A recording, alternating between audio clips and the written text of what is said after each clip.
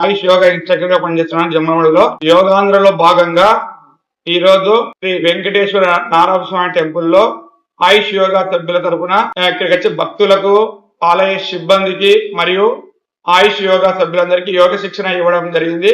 ఈ యోగ శిక్షణ ద్వారా ప్రజలకు ఆరోగ్యము, ఆనందము, ఆరోగ్యంతో పాటు మన యొక్క దేశ ధర్మం గురించి కూడా తెలుసుకోవడానికి ఈ యొక్క యోగా చాలా ఉపయోగపడుతుంది. యోగా ద్వారా ప్రజలకు ఆరోగ్యంతో పాటు క్రమశిక్షణ, తర్వాత ఆనందంతో కూడిన జీవితం గడపవచ్చు. దీనితో పాటు మనం ధర్మాన్ని, మన సంస్కృతి విలువలను కాపాడుకోవచ్చు. ఈ యోగా ద్వారా ప్రజలకు శాంతి, ఐకమత్యము, తర్వాత భగవంతుని చేరడానికి ఈ యోగా చాలా ఉపయోగపడుతుంది. యోగా యొక్క ముఖ్య ఉద్దేశము మన యొక్క ఆత్మను పరమాత్మలో కలయిక చేయడానికి యోగా చాలా ఉపయోగపడుతుంది.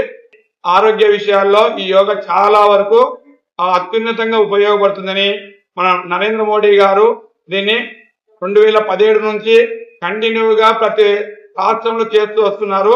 ఈ టిప్ 2026 మన పశ్చిమ బెంగాల్లో చేస్తున్నారు.